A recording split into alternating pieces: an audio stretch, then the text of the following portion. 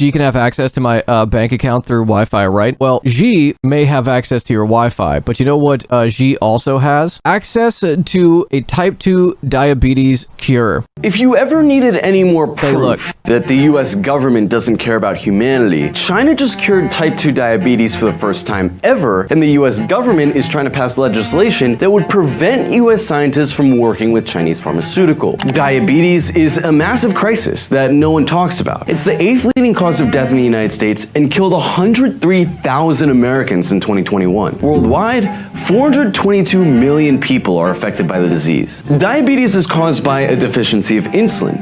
Until today, it had no known cure. But last month, a group of Chinese scientists published a report about how they used stem cells to treat a diabetes patient.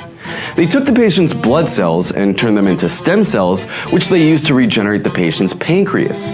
The patient in the experiment had been taking multiple insulin shots daily, but just 11 weeks after receiving the stem cell transplant, he no longer needed any insulin injections, meaning he's effectively cured. This is a major breakthrough, and something the US has been trying to develop for some time now. We should all be celebrating China's achievement, right? But at what cost does China having a limited cure for diabetes say for the American, I don't know, high fructose corn syrup industry? These foolish socialists in America are like, oh man, Cuba has a lung cancer vaccine. China has a limited cure for diabetes. What will happen to the tobacco industry?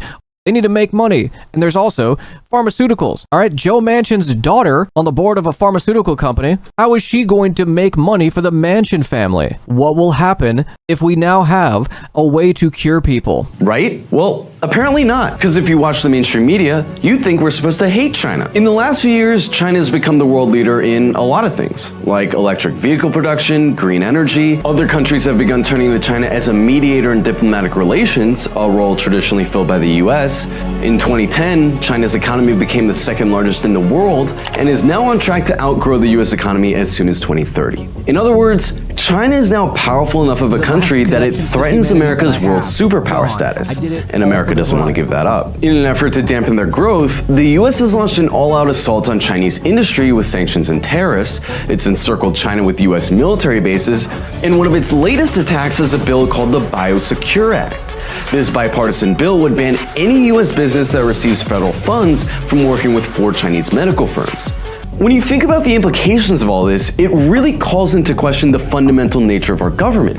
You have hundreds of thousands of people suffering and dying from a now curable disease, and your own government is preventing you from working with the very country on the cutting edge of the cure, and instead spends hundreds of billions of dollars to prepare to go to war with that country. The US has also been preventing the import of a Cuban miracle treatment for diabetic foot ulcers, which we reported on 2 years ago, a treatment that could have saved hundreds of thousands of people from having their body parts amputated.